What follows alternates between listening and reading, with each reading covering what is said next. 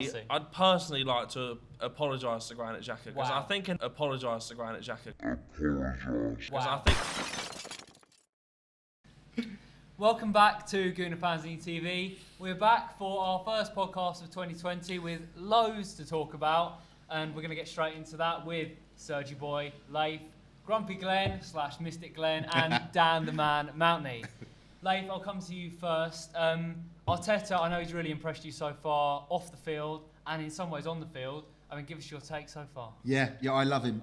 He's an absolute breath of fresh air. He's in his first press conference, which I attended as Varvel Arsenal correspondent. Dan was there as well. I was there too. Dan was there too. And the line that jumped out to me, that struck me more than any other, he said he was going to be ruthless, basically. He'd learnt to be ruthless. And I don't think there's any space or any sort of consideration for any Arsenal player who doesn't buy into his project, doesn't work hard enough, doesn't prove himself on the pitch, basically. And I'm so excited. Obviously, it's early days, but the Man United performance, the 2-0 against Man United, was the benchmark that Arteta set, and that's the level that the players should be at, basically. And I'm very, very excited. Yeah. Ruthless is not a way you'd really describe Arsene Wenger, or which means Arsenal haven't had a ruthless manager for a long time. Yeah. I mean, that's sort of a change up, isn't it, Dan, in style for Arsenal? I mean, I completely agree with Lace's point. It was the most impressive line. I think, he understands that what had happened earlier this season before he was appointed was not acceptable. And I think we can all agree on that. And the fact he's willing to make changes for the betterment of the club is important. And I'm glad he said it, to be honest, because it's what is needed. Yeah, and you can clearly see on the pitch it's translated into performances, isn't it? Definitely, yeah. I mean, I think when he said it, he was in terms of being ruthless as a manager himself, but Arsenal seem a bit more ruthless in their play. I mean, look at United. In the first half, they went for their throat, basically, and won the game. Mm-hmm. They did the same against Chelsea in the first. Obviously, mistakes let them down, but you can see that Arsenal on the pitch are, they're at it, basically. The way they're pressing, the way they're trying to get the ball back when they lose it, the way they're working for each other and they're working hard. It shows a ruthlessness. And that will obviously improve with time when he gets players in that he wants and as the system and philosophy keeps developing. But I've been so impressed so far. Yeah, and at Palace and Chelsea, it was the same thing that Arsenal fans have to go through so often, where there's so many positives, but there is that little bit of a frustration at the end. But, I mean, Glenn, I know you were up for Arteta from a long way out. Long while. What's your impression? Loved him as a player. Yeah. Absolutely loved him as a player. Mm-hmm. I thought there was more going on there than a lot of fans gave him credit for when we were there. I'll say again, there was one year I don't think we would have got into the Champions League without him. Yeah. And he got injured against Wigan, I think, and we scraped through over the finishing line. Anyway, blah-de-blah. He looks fantastic. He moves around on the touchline like Emery did, but there seems to be a purpose. His hair is never out of place, and his beard is absolutely perfect. His beard. His stubble. Sorry, always get those two. Do you know at Palace? I only realised afterwards he was wearing an Armani coat. Says it all for me. There you go. It's I think the simplest thing in a very short space of time. He's got the players. We all agreed are not the greatest squad. Not the greatest set of players, but he's got them doing the basics and the simple things straight away. That's obviously down to communication, and I think communication has been the real key on and off the pitch. His first press conference seemed to win everyone over immediately. Yeah. Our friend of the show, Amy Lawrence, mentioned the other day that his half-time team talk against Leeds has almost gone down in Arsenal folklore immediately. He came out and said, I told them beforehand, these guys are good, and if you're not going to be up for it, they're going to do you. Yeah. And then, obviously, we all saw it, the interview with Lacazette and, was it Reece Nelson? I can't remember. Yeah, it was, yeah. They just said, what did he say after? He said he shouted a lot. Yeah. So, it's just that sense of clarity. We're not going to be world beaters or, title contenders for some time, but it's just this slow building structure that I think you can already see he's got in place. Yeah. And off the pitch, obviously, on and off the pitch, the biggest difference is clarity of thought in his press conference. Yeah. And also on the pitch, I think the playing out the back has just been the immediate improvement. Mm-hmm. It's normal. Do you know what? Hang on. Hang on, I've got a bit on this of playing out from the Here we back. go, here we go. Right, Dan's notes already. but there's plenty to come, but this is the first one. Shorthand. No. So you mentioned playing out from the back. The thing that's really impressed me is this really small, simple change, and you can see it in the goal against Palace. So under Emery, the playing out from the back was get the ball to the centre back and play it immediately. But at Palace, if you watch the goal, the ball comes out from the back and Luiz gets it, and what he does is before that, what he does is he steps beyond the first. So you think about Palace, they're playing a 4-3-3, so you've essentially got 3 lines of players.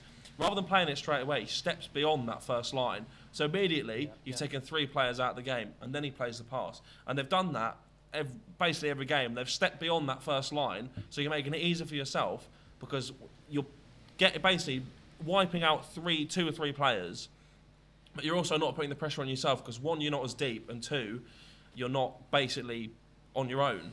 So that's been really impressive. And also playing it long as well. There was points against Palace and in the other games where they've been under pressure and they've not been scared to just play it long or just play it out of play, basically. I'd rather play it long and lose the ball 30 yards from the opposition's goal than 30 yards from our goal. That's been the impressive thing. It's a really small, simple change, but it has made all the difference. Yeah. And that's a really good point, actually. And I think that sort of stride up the field, Serge, that's a confidence. That's a show of confidence, and I think that's something Arteta's installed, hasn't he? Well, he has. I mean, 'cause one of the main problems we said under Emery was the change of formation, the change of players all the time, and Arteta's kind of steadied that a bit and made them all play the same system the right way, the way that we should have been playing under Emery beforehand. So it's quite refreshing to see that change. I mean, it was like the best Christmas gift we could have gotten, better than what I got from Layth. Well, I got steak bakes and Santa. Hey, my Christmas gift was great. Thank you, Secret Toby. And actually, just to point on that was Palace was the first time he'd named an unchanged side since when was it? Oh, you love my stat, don't you? I was taking the stat I read sorry. The stat is basically, under Unai Emery, he only named an unchanged team once, which was the start of last season. I think it was Cardiff and West Ham. Yeah. So obviously, Arteta naming an unchanged team has equalled the amount. And I think first time this season, yeah. Yes, first time this season, but he's obviously equalled the amount of times Emery did it under his reign, basically. But that's important. I think the consistency, gelling as a unit, is important. Yeah. I went to both those games. That 4-1 against West Ham at the end of August, and then the 3-2 victory at Cardiff. And it felt like Emery was going to build on that. And he obviously had the 22 unbeaten run. But you want consistency, and Arteta has recognised it immediately, hasn't he? He's worked out his best team, hasn't he? Yeah, I think so. Yeah, I think you're absolutely right. Just to go back to what Glen was saying about Arteta's first press conference at the Emirates.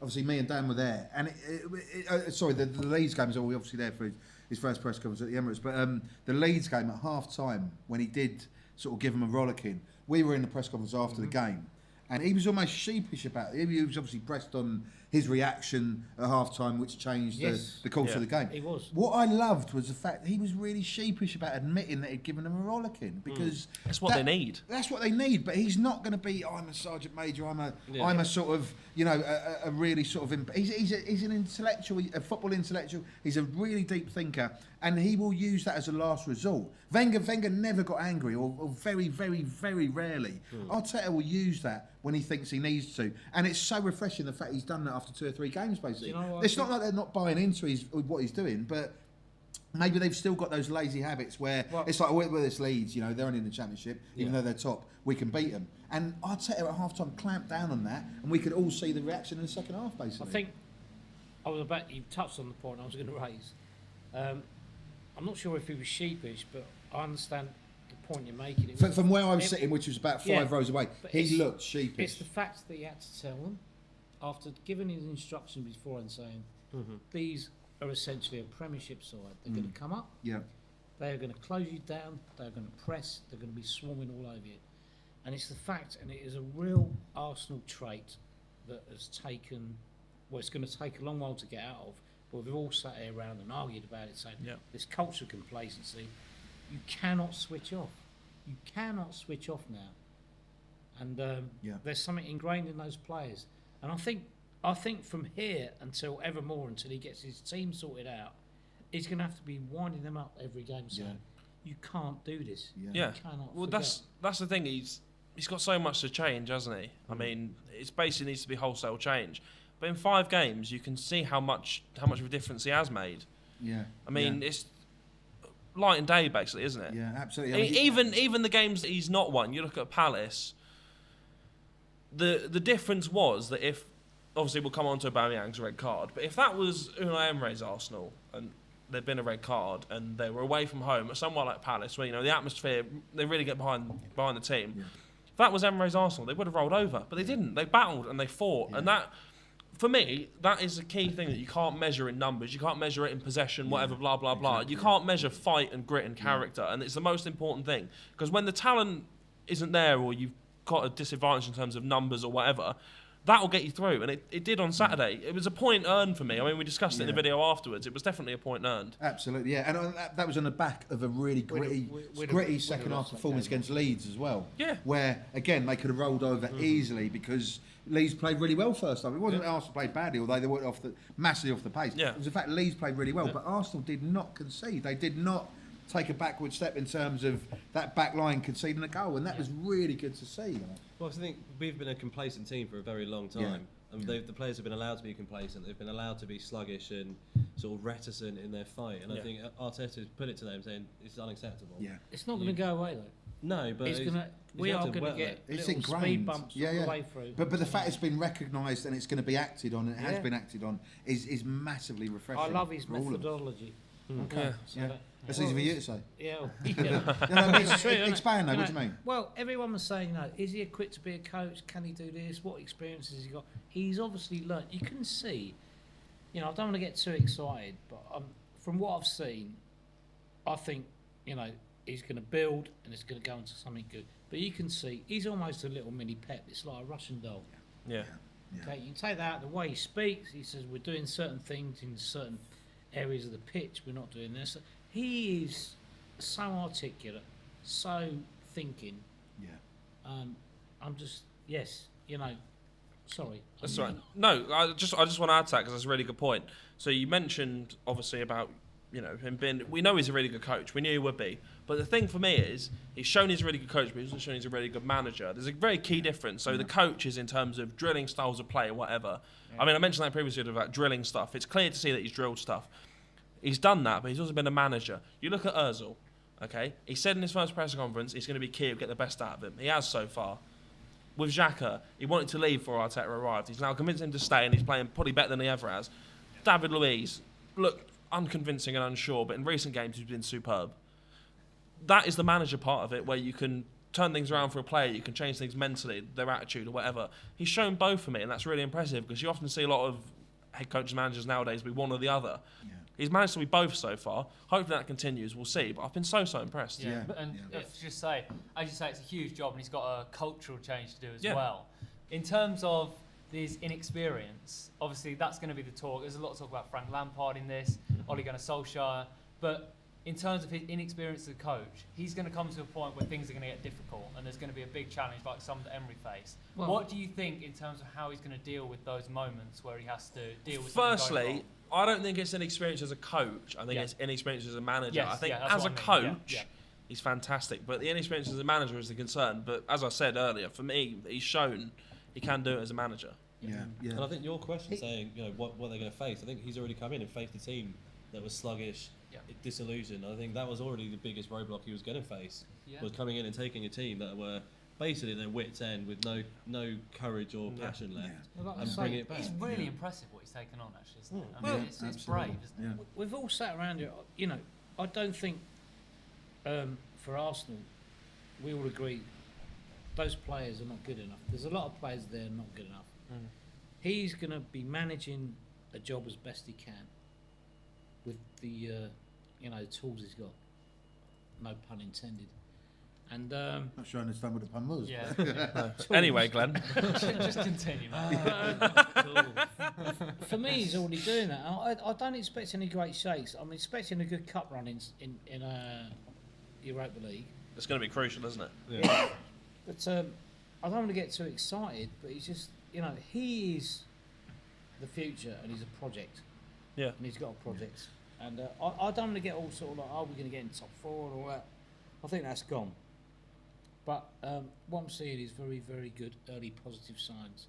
But I don't want to start getting sort of like turning cartwheels and that. Yeah. He needs time.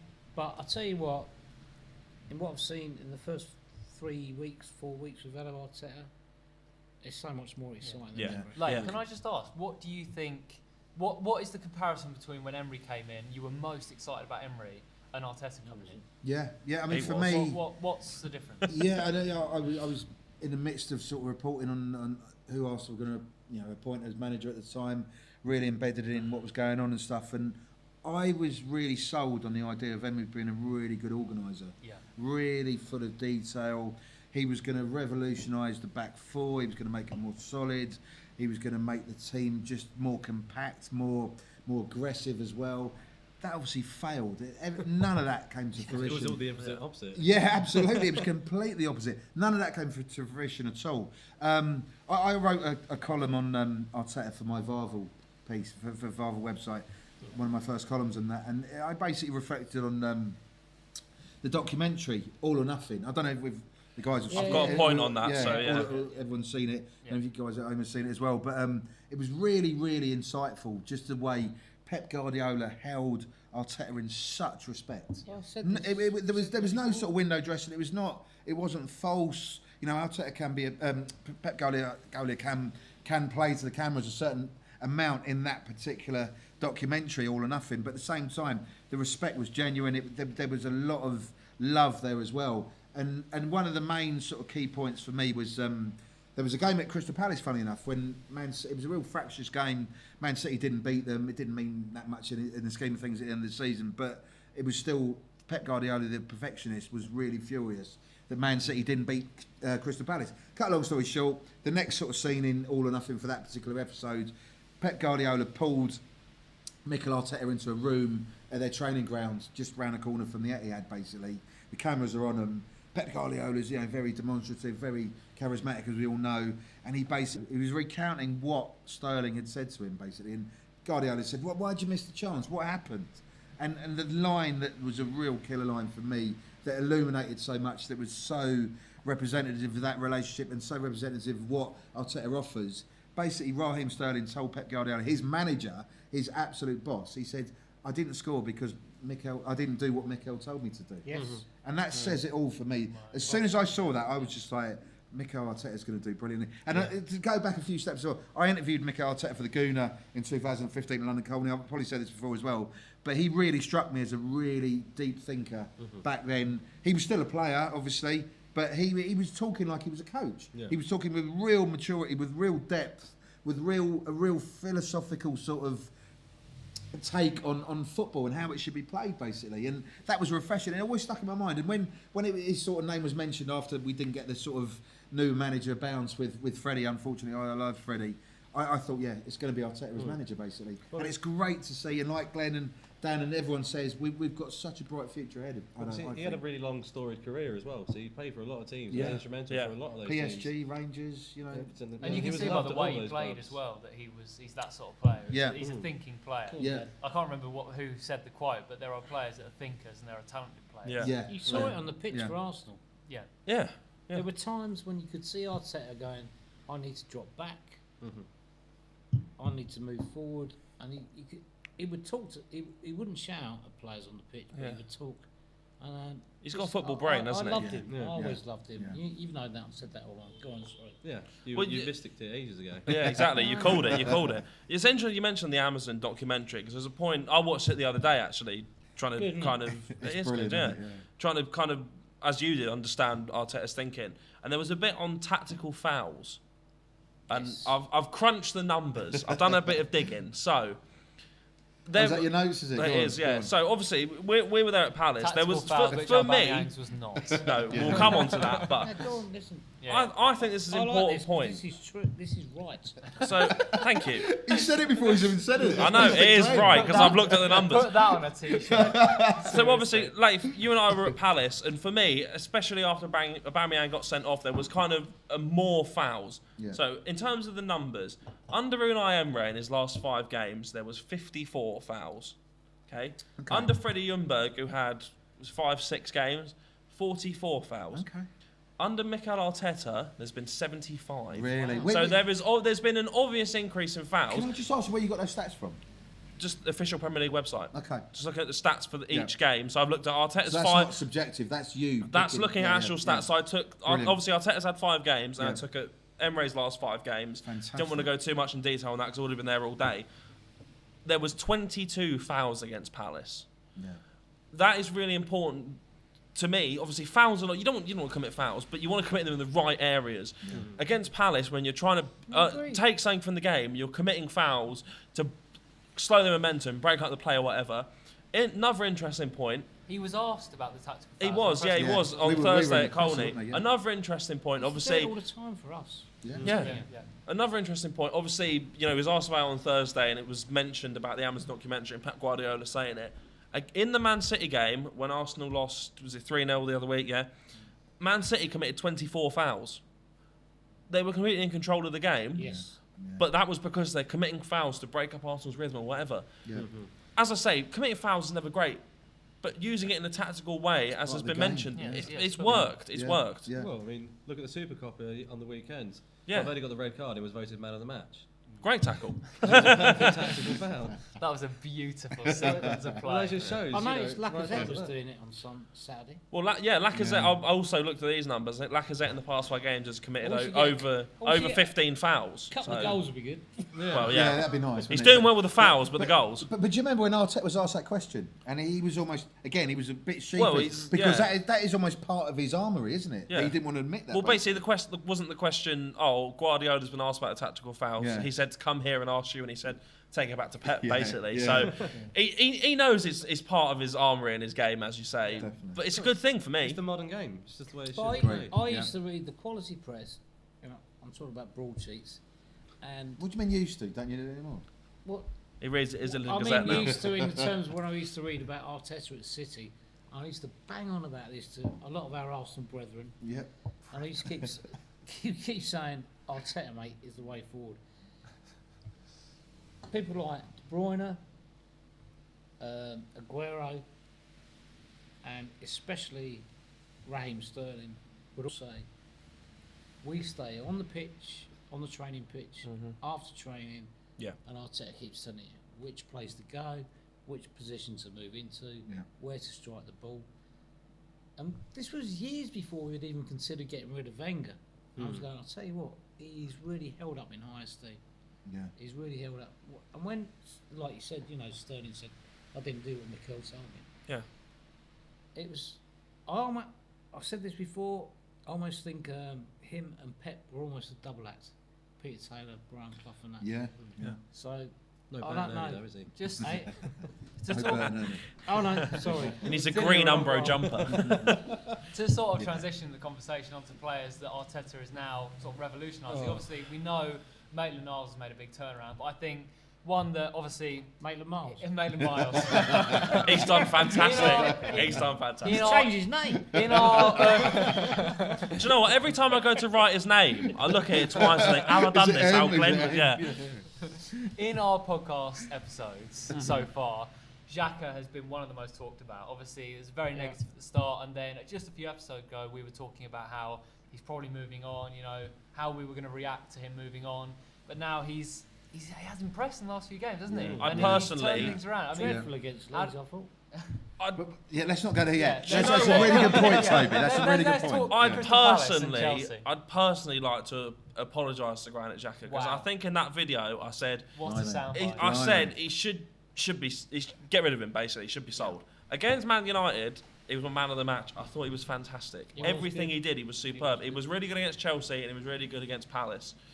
He's turned it around. It was what I was saying about Arteta being a manager. He's turned the attitude around. He's got him playing the right role. He's got him doing what he's best at, basically. Would you guys So- echo that? Dan? Yeah, I mean, for me, I've got mea culpa in terms of the fact that I said he'd never play for Arsenal again, basically. yeah. You got that And one he's- wrong. Yeah, absolutely. Yeah, he's been so far successfully rehabilitated into the squad, certainly into the starting 11. Yeah. And why is that? It's obviously, Xhaka has maybe pushed on a little bit and gone, maybe I can reflect on things and I could have done things better and whatever, because that's what you need to have. You need to have those conversations behind the scenes. Yeah, whereas yeah. I'm sure Arteta has had that. But at the same time, why is he still at Arsenal?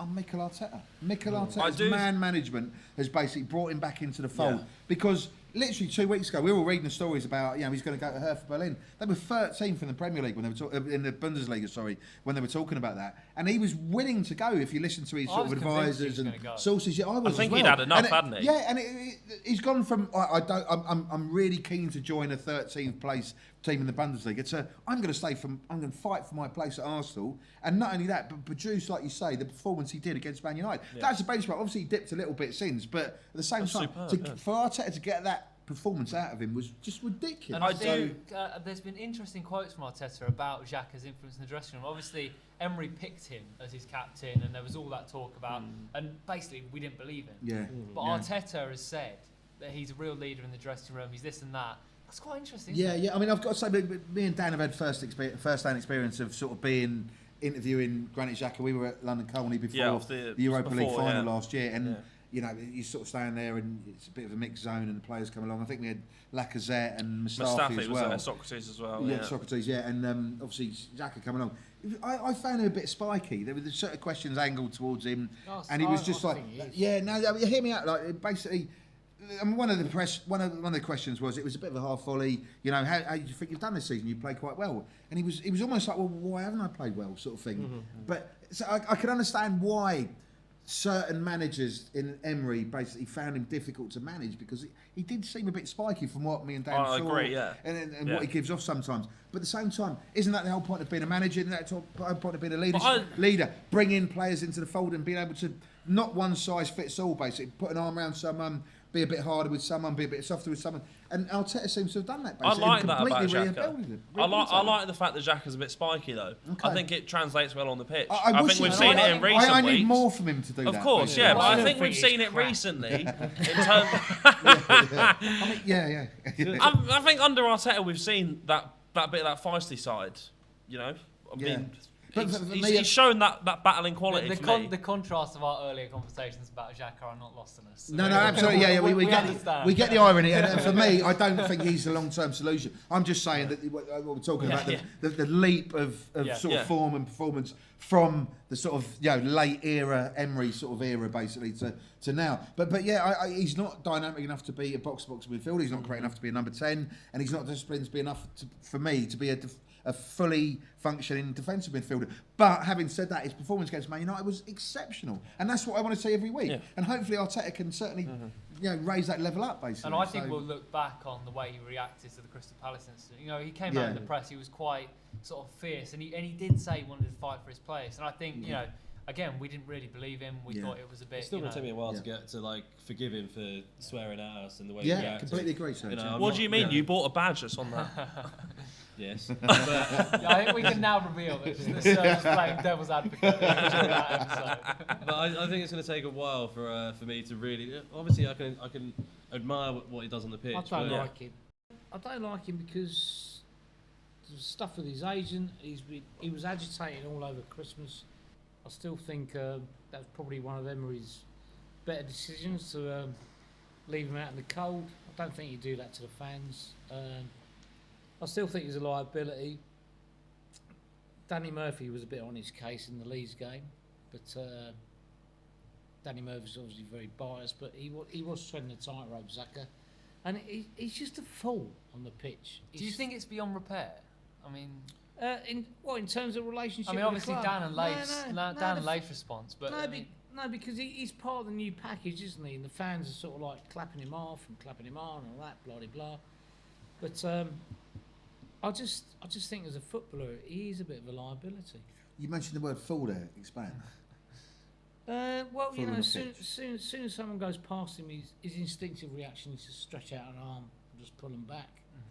And I mean, hang on. But he's been a lot better. Did you not praise tactical fouls? Is that not one of his best qualities? Yeah, but not throughout. Often it's not. Often with Xhaka, you're allowed one or two a game. What is Granit Xhaka best at? Fouls. No, look, I agree with Glenn. I think it's going to take a long time for Granit Xhaka to get back in my good books. After telling the fans quite audibly and visibly to F off. Yeah. I mean, that was outrageous. And no matter how well you play, it's going to take a long time for you to get back in my good books. Never did I think that we'd be divided on Granit Xhaka and me and Layth would be positive and you're negative. Such a weird no. This season has been a very weird one. I respect what he does on the pitch. I like his tenacity and his sort of aggression. It's something we quite need. But it's I all think misplaced, isn't it? I mean, Yeah. hopefully Arteta can form him, but I think when he came out with his apology, it wasn't really an apology. It was more of a I did this because. So I think the performances are a good way to start sort of making back up towards the fans. Yeah, definitely. But I think it's going to take a while for me to really sort of get back on the Xhaka boat. I mean, I was the one at the very start of the season. You were captaining the ship, let alone on I it. was, and you were slating me for it. Now look who's come crawling back. You came back to me. You came back to if me. you remember Dan. the feeling you had after Crystal Palace. I mean, I know Yeah. you guys were in the ground. Yeah, I mean, and yeah. I called him a Restaurants. disgrace. Yeah, I mean, Yeah, me yeah, I did as well. Yeah, I remember that absolutely. moment so vividly. Me and you sitting there and going, no. How many What? times have you felt that in a football stadium? I mean, Yeah, Bizarre. honestly, It was utterly bizarre. And Sergio's absolutely right, and Glen as well. And I'd agree with that, and I think Dan would agree with that as well. In terms of you can't have an Arsenal captain so disrespect Yeah, I agree. the fans Yeah. basically. And his reaction after that was absolutely disgraceful. We talked about it to the 9th degree basically. But what I'm pleased about, and this is more to do with Arteta, I suppose Xhaka as well, but it's just the fact he's been rehabilitated through the fact that he has gone, okay, maybe I made some errors, but Arteta has showed real man management, real leadership, real emotional intelligence, real empathy to go, That's look, 'cause we need I'm not going to... numbers. Because what? Yeah. We need numbers. Yeah, maybe, but whatever the reason is, Xhaka has come back. I'm not saying it's the answer because I still don't think he is a particularly he's a good player. He's terrible not creative. I don't know if I've said it before. He's not Yeah. creative enough to be a number 10. He's not dynamic enough to be a box-to-box midfielder. He's not defensively disciplined enough to be a genuine defensive midfielder. So where does he sit in the pantheon of Arsenal sort of players? But at the same time, I'm glad he's come back. But I completely agree with Glenn and Serge in terms of what they're saying is because he has disrespected the Essentially, But fans. it you're does not show gonna that stop. it's bubbling up from him. Yeah. His character, he can bubble up at Yeah. any point. Yeah. If he But can the- flip that easily, Yeah. what's stopping him doing it again? Yeah, absolutely, And I but- think that's a risk that we're taking by continuing on with Yeah, it. but The the United display was what we want and expect from Granit Xhaka every game. Yeah. And if it doesn't happen, Who gave then he's him that dropping space? in his standards. Who gave him that? your Who- idol. No, not my idol. No, well, we're coming to Mesut that. Özil. No, We're going to try not to talk no, about it. Let's leave Torreira has alleviated the Yeah. burden from Xhaka. Yes, 'cause I agree with that amazingly, 100%, yeah. He was being played at the position he should have been played in, Yeah. not being played as an That's attacking quite interesting. Before midfielder. we get on to Torreira, it's quite interesting about Emery's use of Xhaka. I mean, did he put? He was obviously kind of Emery's man in a lot of senses. Emery liked tall people. That's why I hated him. 'cause Yeah. he was small. But do you think a lot? Can I just say, And on that bombshell. in Arsenal's play, do you think a lot of emphasis was put on Xhaka and Yeah, I he do. wasn't able to Yeah. stand for Yeah. that, Yeah. essentially? What do you think he had like the stage fright, like we were talking about Dino in the other video? Like he's got stage fright when he couldn't perform. Can I just say a couple of things on Xhaka? The first one is I'd like to apologise to Serge because I've said numerous times he's not had a standout performance in an Arsenal Oh, shirt. Dan The apologised. United, I know. that's twice tonight. The United one was a standout performance. I apologise. He had one. Okay. Again. The thing with the whole Palace situation, the way I'm looking at it with Arteta and he's come in, I think, to be honest, the situation the club was in under Emery, under Arteta, I think it's a fresh start for everyone. I think it's such a bad situation. I think just wipe the slate clean. What's happened's happened. You can't change it now, but you can change what's happening in the present. And I think just wipe the slate clean. Obviously, the way he disrespected the armband and being Arsenal captain is not on, and I agree with you on that. Yeah. But it happened. It was a bad situation where everyone just wasn't, didn't have the right attitude, wasn't feeling their best Well, or whatever. Just wipe the slate clean and we'll go on from Is this here, your New Year's basically. resolution to be like a happier, nicer I know, person? yeah, It's a new me, my friend. That's the thing. I I think. want to I hear the think rest of this. on Xhaka, I think- That was it, Glenn. I don't know what more you want. on Xhaka, I think the crux of it is that he isn't capable of being an Arsenal captain. I think the scrutiny was too much for him. I think the criticism too much for him when Arsenal were going badly. The scrutiny is going to be mainly on the manager and the captain, and he wasn't up to it. And also in Emery's play, a lot of emphasis, a lot of the play went through him, and he wasn't up to it. And essentially, Emery got that wrong in terms of he should have seen that Xhaka wasn't up to it. I think in the situation that Emery was in with Xhaka as captain, in that situation you want, obviously, I don't like harking back to the old days. We are now. But in that situation, you want What are you gonna do? a Tony You're gonna do it Adams. anyway. I'm going to do it anyway. But you want a Tony Adams who It's like is going going to stand up and be counted. Whereas I think Xhaka almost crumbled under the pressure in a way. Yeah, he's not up to it. Yeah. He's, And that was one of Emery's many misjudgments, really. Yeah. And obviously, we were going to talk about Emery now. there was some quotes from an interview he did with our mate and Biggleswade United owner, Guillem Balaguer. Biggleswade. Absolutely, good old Gillen. Yeah, Where he said, villages near Hitchin and Stevens. It's a town, Glen. It's not a village. There's 3 football teams at Biggleswade, to be fair. That's a good quiz fact. I used to live near there, and I still chuckle at the road sign. so big shout out to Chris Nunn and Biggleswade Town. Absolutely. Later. 0 Arsenal fans care about this. But you're watching anyway. Go on. Not anymore. Yeah, Emery sat down with Guillem Balaguer for an interview, and they were interested in talking Spanish. And Emery said he only got up to 50% in his communication in English with the players. I'm not I surprised. think, it's come from him, but that's damning. Yeah. I mean, Yeah. that's unacceptable. I asked him about, do you know your best team, and he started talking about corners. So the 50% thing, I completely agree Well, with. that was a really interesting point, because he said he really struggled in press conferences where obviously the English press often we give the same questions to try and get an answer. Yeah. And he was saying when he has to repeat himself and come up with different ways to answer a question, after like 3 times he sort of run out. Did Emery inadvertently slag me off? yeah. I'm not having this. He's just joined a really large club, a basically. great line from the interview actually was Dan Mountney's. Thanks, Unai. Just hearing your point there, though. So, in the first round of interviews post Wenger, it was very tight between Arteta and Emery. How did he get the job? Yeah, you're absolutely right. I've said this before as well. I don't know what he said in that When PowerPoint Arteta is the most presentation to the eloquent, Conkeys. articulate. Transitions, mate. Yeah. Protagonist maybe as well. Fade in and fade out. Yeah, seriously. Speaking in Spanish with a translator. I mean, Yeah, well, that was the thing, because I was actually at the Emirates on the day that Emery was announced, basically. I was there as a journalist, obviously, reporting on what happened. Gazidis brought him in, big fanfare, and he started talking, and everyone just sort of looked at each other and go, wow, this bloke is not a really good communicator, basically. Obviously, in terms of, he should be applauded because it's not his language, and he wanted to make a point of speaking in English to try and get on top of the fans, and that absolutely deserves respect. But my thing was, well, why not ask the questions? There's a translator next to him. Translator obviously, relays the question in Spanish. Emery then answers in Spanish, and then it comes back as a translator in English. Yeah. Emery didn't want that because he wanted to be seen to be speaking English. If you're not ready, you're not ready. If you're not ready, absolutely. And the actual failure in terms of articulacy there, and in terms of being able to articulate what you want to say, was just dreadful. Well, he must have had a basically. translator when he was managing in Russia. Yeah, maybe He must so. have. Yeah, So yeah, he's not But like he- he's Well, aware of but it. he did From dreadful at From Spartak what Moscow, they've though, said, didn't he? from what's come out of Russia, no one likes him. They didn't Wow. like him as a manager, basically. Wow, yeah. He's a dignified bloke and a real gentleman, but yeah, in terms of managerial output and performances and what he did, He's a real he shame. wasn't good Can enough. I He's just gonna add be as well? one of the He most said in forgotten the men. interview that communication is a big part of his management. Yeah. And that he was disappointed that he didn't get it across. Obviously, before then he was at PSG and he said he was focused on French, Yeah. so he didn't learn Yeah, but English. he's But still that- on So the he came touchline in and and trying got to the block Arsenal jumbo job. Yeah, you're absolutely right, but that's slightly Didn't know English. disingenuous because he could have employed the services of a very, very good translator in Danny Lane, who we all know, basically. Yeah, I mean, great we've sort of translator, seen yeah. down at the Emirates. I'm not even sure if he's there anymore, basically, but at the same time, Emery fell down because he didn't employ the services of a translator that could have then effectively relayed what he was trying to say. It's very, very easy to say it now. Just, I should have done this. Why not do it at the time? Because people said it to him at the time as well. Toby, can I Very just frustrating. add to what you said about, obviously, it was at PSG, he was focused on French, not learning English. The situation in May 2018 was Arteta almost got the job, and then Emery jumped in at the last minute.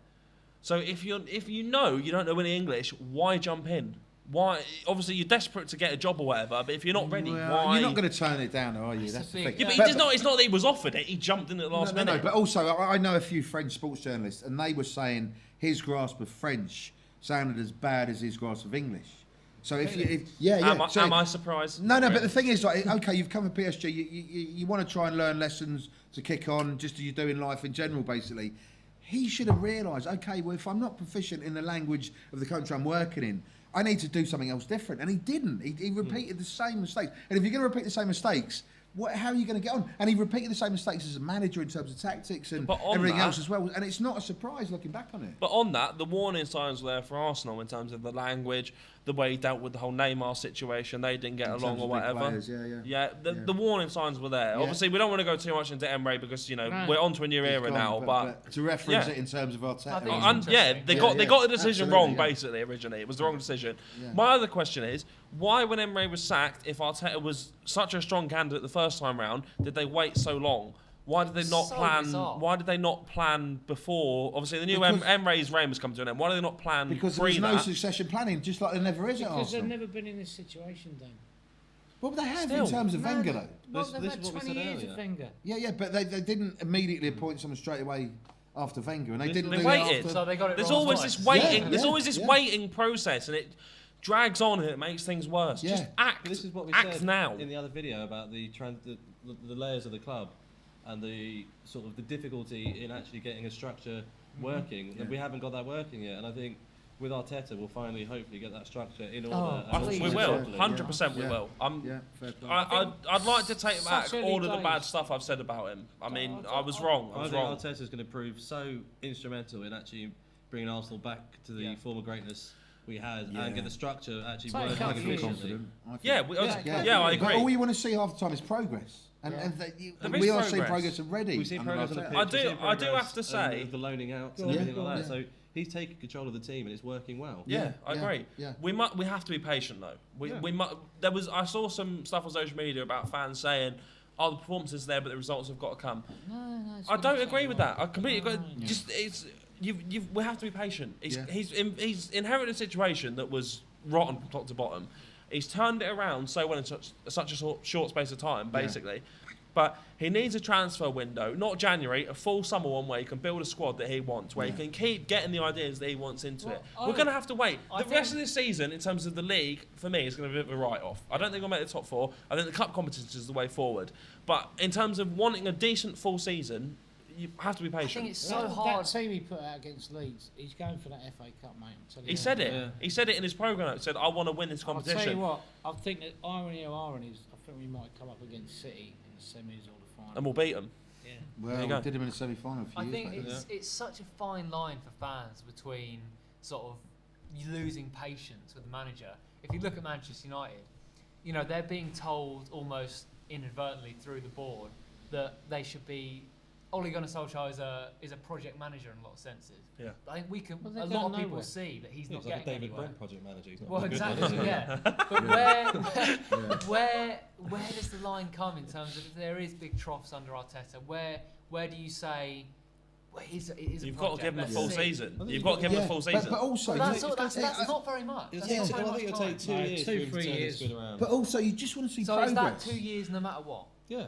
No, but also, I don't think but, you but can. You also, can't hot pot Well, everything. I don't If think you you can did- say, right, this is exactly what he's going to get, because Yeah. if you look at Emery, so obviously we beat Burnley 2-1 in August, great performance in terms of Tobias wasn't played that well. great, mate. Well, okay, but Tobias played well, and it was like there was loads of And hope. we've not seen him since. Yeah. But my point was there was loads of hope for the future in that particular result, if not performance, even though Tobias played really well. Yeah.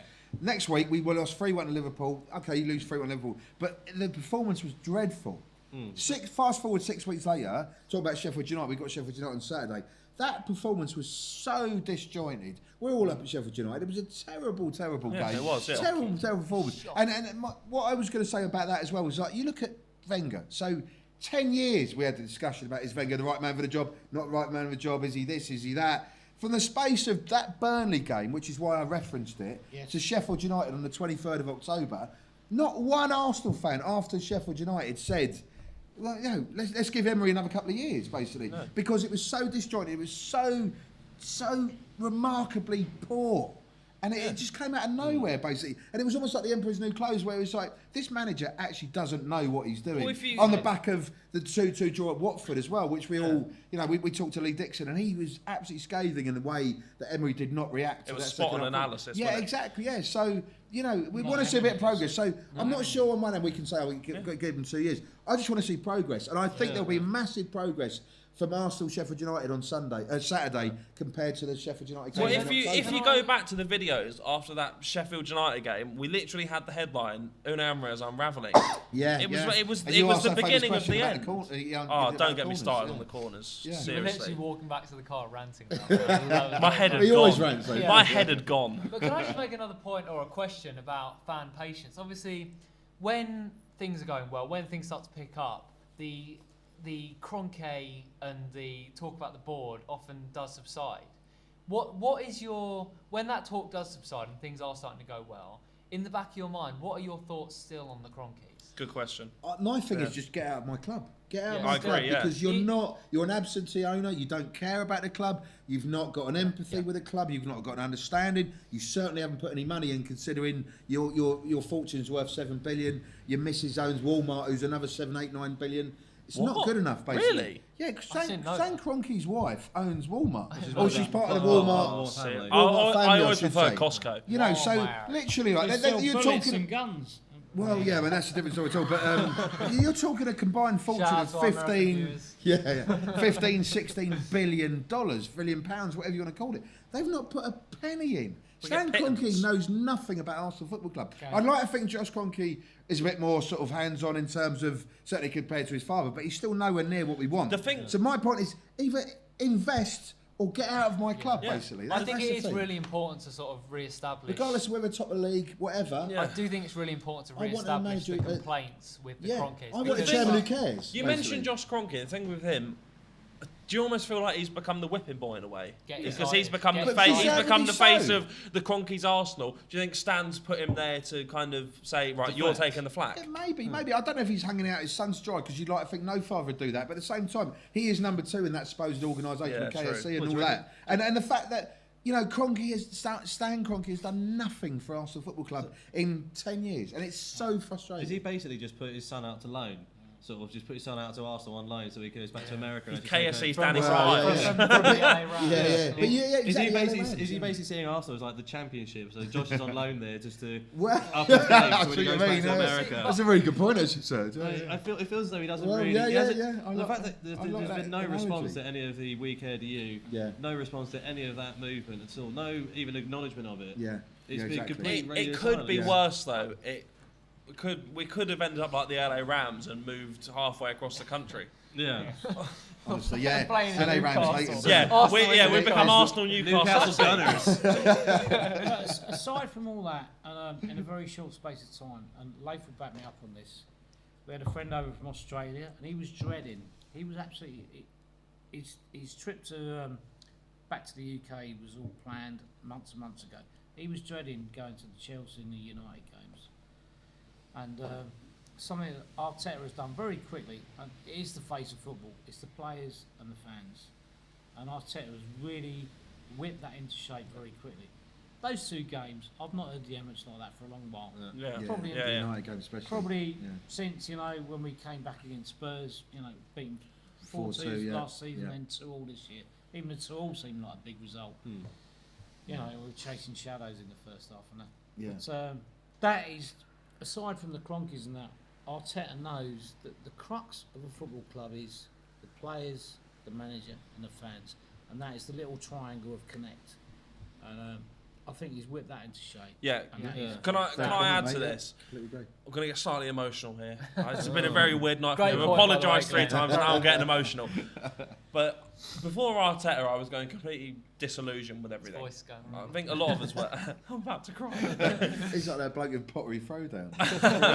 No, I mean, I don't know about you guys, but I was growing disillusioned with it all. I just wasn't enjoying. I wasn't enjoying going to watch Arsenal. But yeah, under Arteta, I feel like it's rejuvenated. I Yeah. want to watch Arsenal now, Yeah. and I'm confident that they'll go out and they'll play for the badge and they'll show heart and grit and I spirit. completely agree. I feel like I think as everyone much as agrees. it's a cliche term, I feel like we've got our Arsenal back in a slight way. I mean, that was said on Emery a couple of times. Yeah. Yeah, but that was on a right. 22 game unbeaten run where we should have lost all 22 games. So. Again, what you're Even saying the is, 5-1 what at you're Fulham. saying is completely true, Dan. The fans were getting so disillusioned.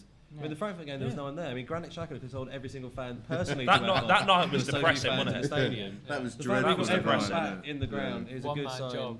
You Yeah. know, it's a positive move forward, and I think we need to look at it positively, and we need to look at the new fixtures coming up and see how Arteta does, because I think he's really put some rejuvenation back in his step. I think he's... He looks the business. He does. He looks kitted up. Yeah, on you the said side. about his stubble, mate. Yeah. Also, Perfect hair. We love it. His perfect lookalike is Captain Black from Captain Scarlet. My dad texted me that from the West Indies over Christmas. He is the spitting image. Did, yeah.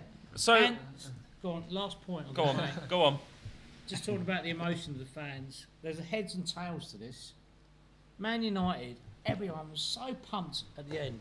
And it was like the immediate life of that stadium was sucked out again by Sweet Caroline. I don't know. I thought everyone was singing to that. I quite enjoyed that. We're just doing it all like. Leeds, He's got his phone torch out. Leeds, we had a Leeds United, we had a proper Arsenal song. She wore. I rarely And that find galvanised someone. the fans. Yeah, That love is that a song. fan song. I Sweet rarely Caroline. find Yeah. someone that agrees with me. I cannot stand Sweet Caroline. I love it, sweet Only Caroline. good 10 pints in at someone else's wedding. Yeah. Get me on the only time karaoke. it's When you're acceptable, dancing yeah. with the people across the stage, that is the only time it's acceptable. Unless you're having a beer with Neil Diamond, that's the only time. Oh, with Neil Diamond. What we all thinking of Sheffield United? Because I obviously think they're doing great, aren't they? So it is very important, I think, to go back to when Arsenal are doing well, that the sentiment is still the same towards the Kroenkes, because Arsenal fans often get accused of being reactive and this and that. Yeah. No, And don't I just like wanted it. you guys to sort of define your thoughts that are still there Yeah. on the Kroenkes. And obviously there was I can't remember his name, but Nigerian billionaire who's talking about buying so he's- Arsenal. That Commodities story owner. resurfaces every year. Every doesn't single it? year. Yeah, I every would give calendar no- year. Yeah. Give no Yeah. grief to it. But yeah, you're absolutely right. You make a really good point there, Toby.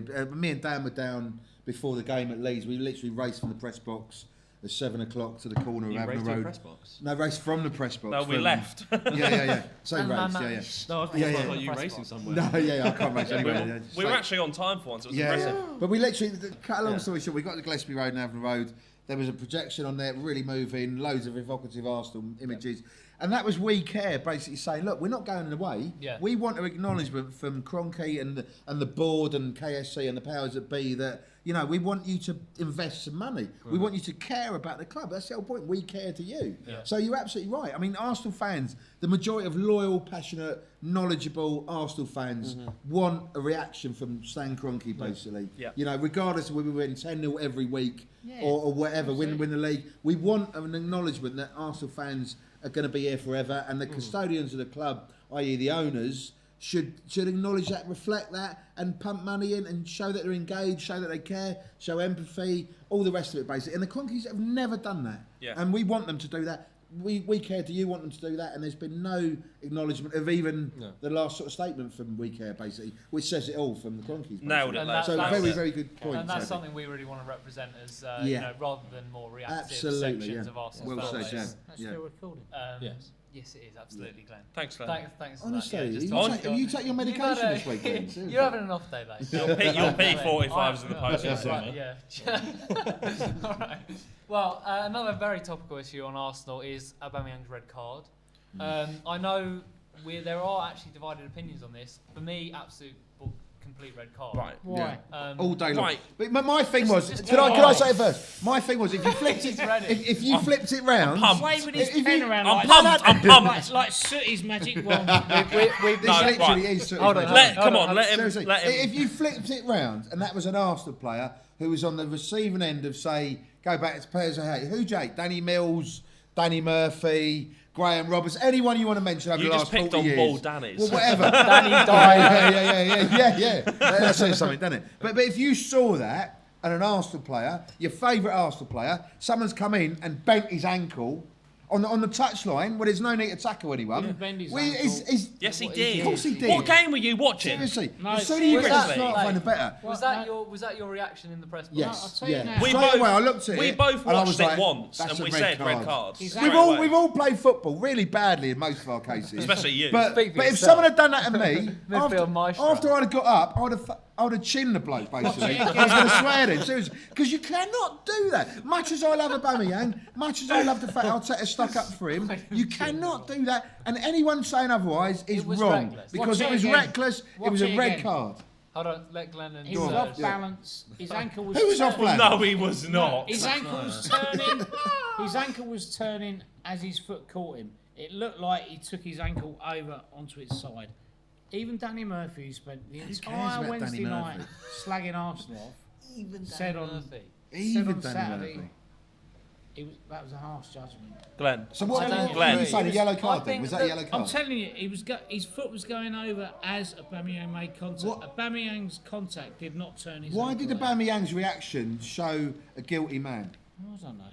No, He I- knew he I was think- going off. And also, He I knew mean, he was did you going see off Trent from VAR Alexander-Arnold's Hey, challenge no, it as was- well? right, that was, three that things. was as bad. And that we're getting shouted somehow... Three things. Yeah. Three things. Firstly, Apologise to the person that commented last week about Sorry, things no shouting. shouting. Yeah. three we'll things. try. First New one year, is, new start. Yeah. First thing is, Glenn, clean your glasses. Second thing is, I agree with Layth. I watched it once. I knew it was a red card. It's a I red don't know card, why yeah. VAR took 3 minutes. But it was a red card. yeah. But the third thing is, and you four can go back and watch it, and people watching can go back and look It's at it. slow motion, Again, isn't listen, it? I'm not finished. It looked bad I'm at not the finished. time. Against In real Norwich, time. She's not finished. against Norwich, if you go back, there's a clip on Twitter or whatever. Kenny McLean made literally exactly the same challenge on Matteo Guendouzi. It's a carbon copy, and he got a yellow card. It's the inconsistency. Where is yeah, the yeah, consistency? Yeah, Fair enough, and I'm Craig wrong, yeah. Pawson obviously being at Stockley Park, the Jorginho thing at Chelsea against Against Chelsea. that. Craig You know. Pawson has got an agenda. Yeah, maybe he has, but ultimately it was a red card Fair because the foul was merited of a red card basically. Yeah, absolutely, Layth. And Sheffield United is next up for Arsenal. Obviously, the return fixture away at Sheffield United, me and Layth were in the crowd, Dan, you were in the press box.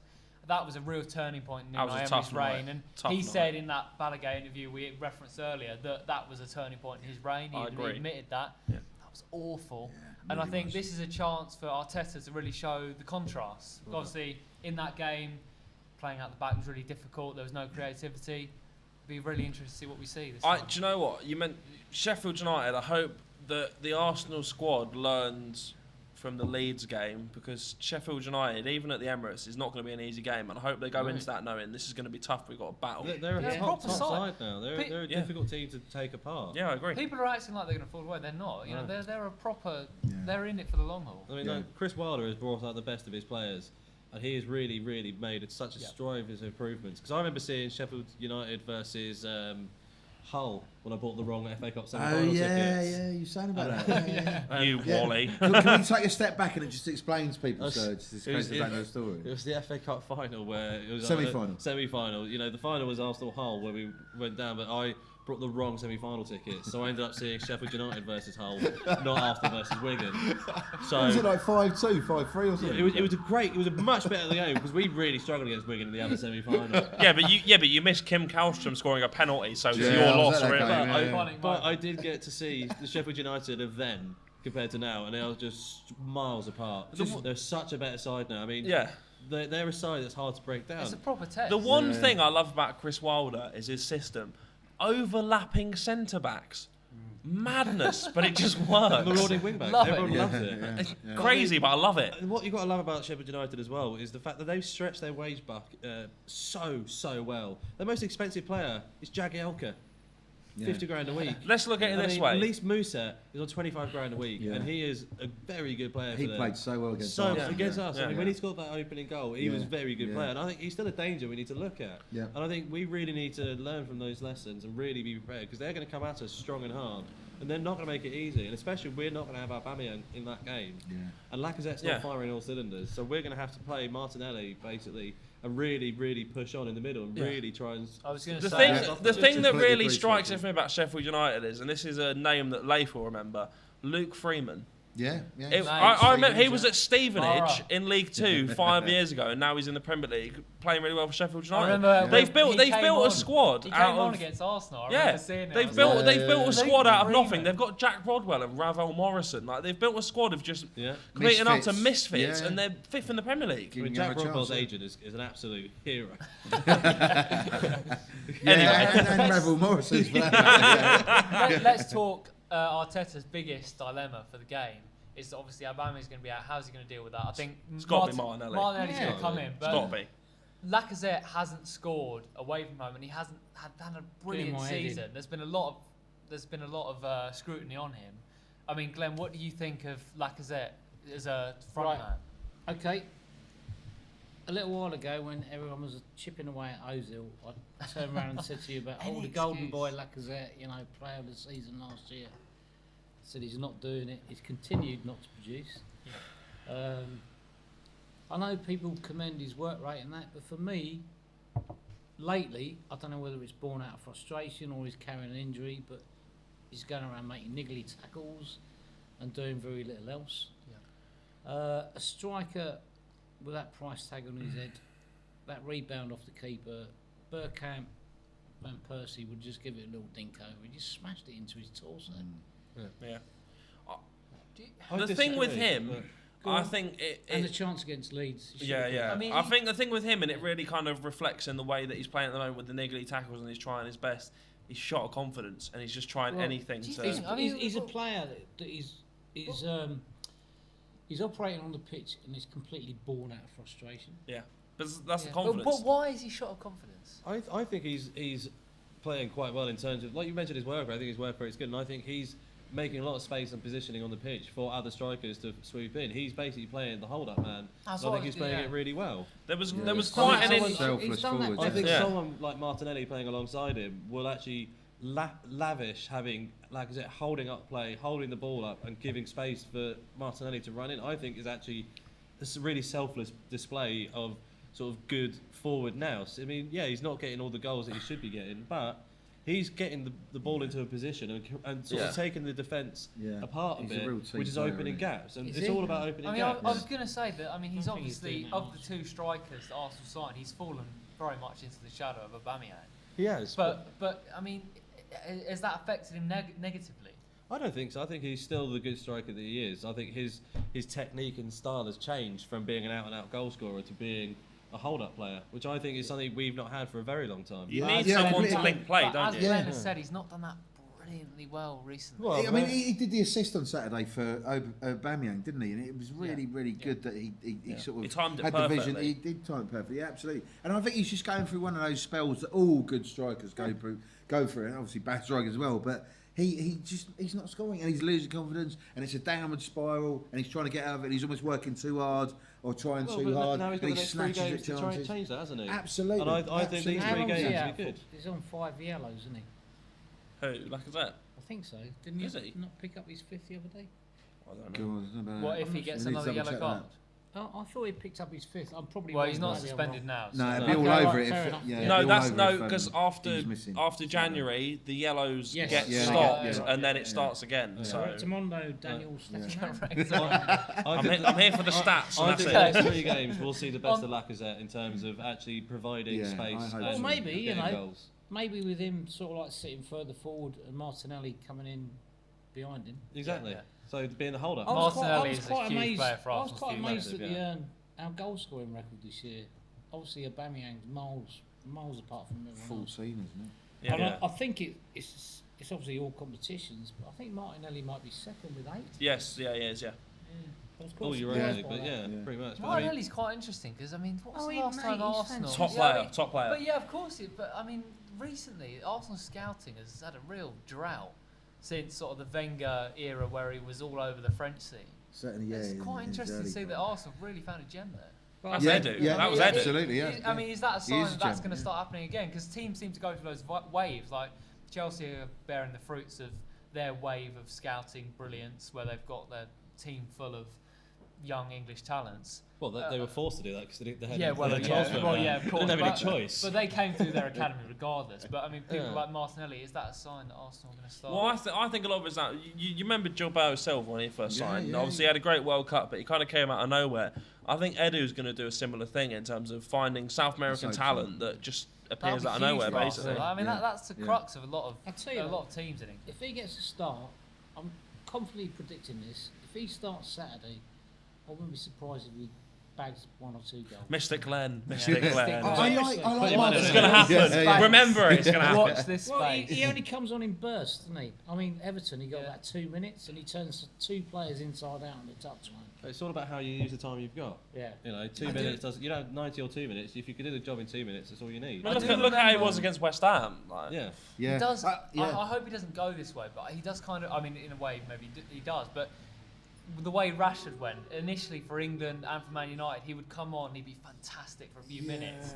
I hope he doesn't when he starts becoming the main relied upon striker. I think that was more to do with Mourinho not playing him. That's very true. But if you look at, he doesn't have to be managed by Mourinho. if you look at Martinelli's goals, obviously he's got quite a lot in the Europa League, but a lot of those are coming in the second half. And obviously he scored in the second half against West Ham. I think he's just someone who create chances out of nothing. He's an impact player, isn't he? Yeah, I love his tenacity. I love it. I love the fact that he's prepared to ball out or older, more experienced colleagues. He doesn't care about reputation. He goes looking for the ball. He goes looking for the ball. He's great off the ball as well. He runs into space. He's not the fastest, but he's certainly got enough pace to be able to operate at a top level football. He's a proper football. beaver, isn't he? He's beavering away constantly trying to find something to use. My question is, do you think he's a winger or a striker? Got to be striker. Got to be striker. Yeah. Good point. Again, No, I get he's back not- to my dad in the West Indies. He actually said he would make a really good sort of like attacking midfield winger. He ain't got the pace to be a winger. Per What are se. you talking about? He's got the pace. He's got the pace. If you put him in a race with Pepe or someone like that, he would not beat Pepe. Yeah, You but he's reckon? got Yeah, physique. Absolutely. He's impressing with I his don't agree speed. with that. He's Layth. very muscular. you, He's very, Thank you. you know, he's not It's about someone time. who know is about just a that. live No, good sort like of. wing Are we back. talking about the same player? Yeah, no, yeah, he's, Attacking wing I'm not back. saying he's slow, but pace is not the first thing that He's springs a- to he's mind. the when I sort think of him. player that he's I think- tenacious. He's got technique. He's got a great temperament. He's going to be the key strong to in the unlocking air. Sheffield, isn't he? Yeah, Exactly. He's gonna be yeah. I our key really player. hope he plays against Sheffield. He's Oh, such a Serge, good- Serge, Sheffield don't United, say yeah. Sheffield. No, it was me. Wednesday United fans will be angry. It's one or the other. Don't say Yeah, Sheffield. Yeah, no, He's that's the right, sort to of be fair. player that's going to like have loads of pace early on and sort of gradually lose it all of a sudden. He'll get kicks, won't he? Because he puts his foot in. He's as got well. great technique though, yeah. And I mean that could be a huge moment for him. That Sheffield United game could be a chance to start No, and Yeah, could well, be a yeah, breakout performance. Yeah, I mean, you looking forward touched to on seeing the game at Bramall Lane, basically, and Sheffield United played a really deep back five. Obviously, you got the two wing backs, but it was essentially a back They were five. set up brilliantly. Yeah, they really were, and it's down to Arsenal to break down that bank of five. And I think Martinelli will be absolutely essential to that. Through maybe Pepe getting a few crosses in, maybe we've got to go old school and just whip the ball in. Martinelli being on the end of it. I with a header or think the something. key to that Sheffield United game is scoring first. Absolutely. Yeah. I think we have to score first. It's a tough You look at game. that game at Bramall Lane. Obviously, Sheffield United scored first, and they just sat back and defended brilliantly. Yeah, It's not but gonna be a if high we score, score But first, Arsenal were terrible that night. It wasn't like, oh yeah, we're 1-0 yeah, down. but look at the They were first half. never gonna Pepe should score. have scored that chance, and that would have changed the game. I think Arsenal have got to score first. I think if he scored, we'd still lost that game that night. But yeah, you're right. I do agree the first goal is vital. But if we go 1-0 down, then it doesn't mean that's the end of the game. It's not going to be Whereas a if high you- score at this game. No, no. What we Well, need yeah, to do- It's gonna be 2-1, tight, but maybe we got we've to done battle that. again. Nah, It's a 3-1, hold mate. lead. Yeah, well, yeah, we- good point. Hang Yeah. on, Mystic hang Glen. on. Mystic Glen just said 3-1.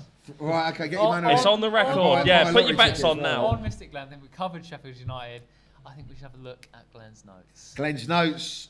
Close. Well, you got 'em. Oh, you there you know, are. They're on the table. I've got me Put your notes on the table. Secret Santa to myself. Oh, right, yeah. Well, my steak bake. Isn't it on your chair? Hang on. Glasses- While glasses are on your he head. looks for it, So- can I quickly make a note on Aguero? Is there a Hold drink on, in Your here? glasses are on your head. Who had, I actually got a new who pair had of Glen in the Secret Santa? Did you have Glen? Right, so Glenn, just are to you, put are this you as straight, drunk as me and Dan, Sarge? Dan had 'Cause Glen I'm sure in the we'd know where Secret our glasses were. Like, Dan had Glen in the Secret Santa and didn't get him anything. So Glen went out and bought something for himself. Glenn, I'm sorry. Glen, if you would like to reveal. What No, did you can I buy? just correct? I had Layth, and I got him. No, you had Layth, but Dan had you. Oh, right, okay. Yeah. Right, so Listen to what Toby's saying, Glenn. Glenn, I've Glenn, got you a sit- memory like a sieve. I'm really sorry. He's sitting on his Right, I present. did this. Oh, right. Completely flattened it. What's going on here? It was the festive weekend over This Christmas, is and so good. Was it festive weekend over Christmas? going on? What? certain decisions were doing me Sheeple. night. Is that the Amsterdam This just- airport? oh, my What? God. Are you, Oh, are I know you what ready? this is. I know what this is. I know what this is. Certain decisions were doing me head in. but- It is. Show the I'm camera. showing that Show away the from camera, camera. turn it round! I just wanted to see if Layth would approve of it. Yeah, I love it, mate. Seriously. There you go.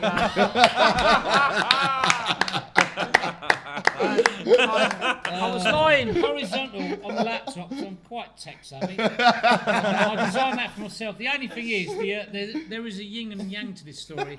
It's too tight. If it's too tight for you, he's got no chance. What are you talking about, white boy? When I wear it, it says "Uck A." That was my I little love treat to it. myself. I got so exercised mate. about. So is that your secret Santa that Dan didn't buy and you bought one yourself? Fair Yeah, play. no, honestly. Dan, no. So Glenn, let's have a look at the rest of your notes after All right, we've seen your very beautiful quickly, T-shirt. as always, I said to Dan before we go through most of this. One great thing actually, I was out with a mate for a beer on Saturday. I went for a pee, came back, and I could hear Helen, my missus, saying, "I'll ask Glenn about that. He'll probably know." I went, "What's that?" And he said, "Do you know? Was there an Arsenal player called Jack Kelsey?" Oh yes. Yes. Yeah. He's on the side. It's on the side of the Emirates, isn't Welsh it? keeper, Yeah. yeah. 58 World Cup for Wales. It was his ankle. It was his uncle. And Too much. yeah, Oh, really? absolutely, yeah. Oh, wow. Because he was in he worked in the Arsenal Yeah, shop. there we go. Seriously, in the 80s Well, and 70s. see, I did run this past a couple Oh, of boys. yeah, here. yeah, yeah. Yeah, he used to work in the Arsenal shop. He was a lovely, lovely man, Hey. but he was really grumpy. Didn't you write to him? Yeah. I wrote to him like as a kid, basically. Was it in shorthand? No, it should have been. Yeah. No, scribbled nonsense. I'll tell you what, just about Jack Kelsey really quickly. Like, if Arsenal got to a cup final, you'd buy the programme and there'd be a little voucher in the back page, the inside back, and you had to cut it out. And when Arsenal got to the cup final, there was an A4 bit of paper, and you'd stick the vouchers Shouldn't have in, bloody said and it it. eventually made a picture, basically. Oh, nice. And what Jack Kelsey, what they did after Arsenal reached the cup final, so you get loads of people trying to buy the programme, even though not been going to the games, basically. Couple of So. vouchers. What he did, God bless him, he got a marker pen and he drew an X Yeah. over all the vouchers. He did. So if you bought the programme, you couldn't get a ticket for the cup final, basically. God bless Jack Kelsey. Well done, Jack Kelsey. You know, Legend. Oh, like hero. I said, he played for Wales. He played against. He was brilliant. I think He played against Pele. He played against Pele. absolutely. in, Quarterfinals Wales got to in 58, yeah. the in only Sweden. World Cup that Wales ever got to. Yeah, I believe. yeah. So yeah, that was a bit of a bombshell. when he What said else that. is on your notes, Glenn? On my notes, right? Okay. Well, I was going to rant about. The Why is World- it half typed out, half written? Because Just let him get on with it. That's more methodical, and that's on the tube. No, so I think he's explained before. Half of it was because he had a long lunch break, Yeah. and half of it was because he had to rush on the tube and he had some extra insight. So he's had a long lunch break and he's rushed on the tube. Right. Is that right? Essentially. He's even had time to go to the bloody printer. Look at him. We've done most of this. I'm just going to read Don't some tell of us them about out. that, Okay. I just put Ozil seems to be enjoying the new lease of life. We don't want Yeah. to talk about Given, Ozil. yeah. No, not Ozil. I don't want to talk about him now. He's good. He's not here anymore. What? What, you got We're subbed only- off? Is, Glenn, is that all your notes? Is that the end of your notes? No. Go on, Keep carry on going, then. what's yeah. all your notes? Right. A little thing back on football. VAR. Back Yeah, on, yeah, yeah. on the Have you got a football t? podcast. Glenn, let me guess. You've got a t-shirt. After diverting I've away got from a football on this football podcast, we're going back to football. No, but just the really obvious things that annoy me. The foul on Walcott when he didn't go down. Did you see that? No. No. Really, really He was being irritating. held up in the penalty box. Physically pulled Walcott back. He didn't go down, and you get the commentating platitudes. Oh well, you know Walcott. If it had gone down, he'd got a penalty there. The other thing is fouls in the penalty box. When I think the ball was going away anyway. It was going off for a corner. And that. If that was a foul in the centre circle, and it went off for a throw on, they'd have called it back for a free kick. Yeah. It's all that sort of stuff that really, really irritates me. Sorry. No, No, no, yeah, I think we all agree with yeah. you. I think. Dan? Did Dan, do you have some Do you know what? notes? I just want to finish on one thing. Obviously, Sergio Aguero has now scored more Sergio Premier League Aguero. goals than It's Thierry great, Henry. The people in the media saying that Aguero is better than Thierry Henry. Never. You don't know what Never. you're talking about. Never. Utter nonsense. Don't get me wrong, Aguero's great, and I think he's a fantastic centre forward, but he's Yeah. good inside the 18-yard But box. he's not Thierry Henry. Whereas Henry was an all-round player. When Aguero gets 20 assists in a Premier League season, let me know, because it's not going to happen. Henry's the one player that I think every person from every team would choose in their all-time first 11. Yeah. Comfortably. Every pundit. Everyone would fan. choose him. Yeah. Was it? Without Yeah. shadow of a doubt. Yeah. You would hope Yeah. so. I don't even know if we need to expand too much further Unless on it's Danny that. Murphy. don't. It's but- not even. Yeah, It's yeah. not. Actually, Danny Murphy. Danny Mills. When he got Danny- nutmegged against Yeah. Leeds, that He's still always haunts hated him. Arsenal That after still that, haunts him. seriously. Let's talk about the diversity quickly of Henry's goals.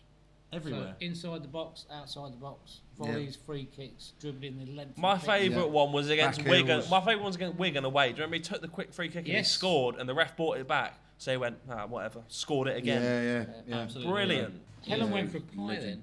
And missed both goals. He missed both goals and they'd run out of pies. That's like Nige missing Henry's goal at Real Madrid because he was trying to get a beer at Have you ever heard half-time. an irate Orcadian who's missed 2 Henry goals and a pie? You're not going to find much debate against Thierry Henry being the greatest Premier League striker. Legend. Goal of against all time. What a man. Spurs on here. Goal against Real Madrid, goal Yeah. against United.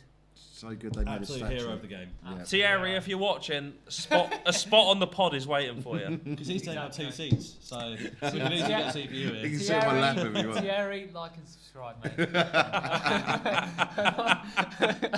And on that note, thank you very, very much for watching. Enjoyed our first podcast of 2020. Lots more to come from us. You can look back at our bloopers video, which I very much enjoyed putting together, and we very much enjoyed messing up to create. I like laughing at myself. I like laughing at you. Me too. Serge, me and you outside after this match. Loads more videos to come.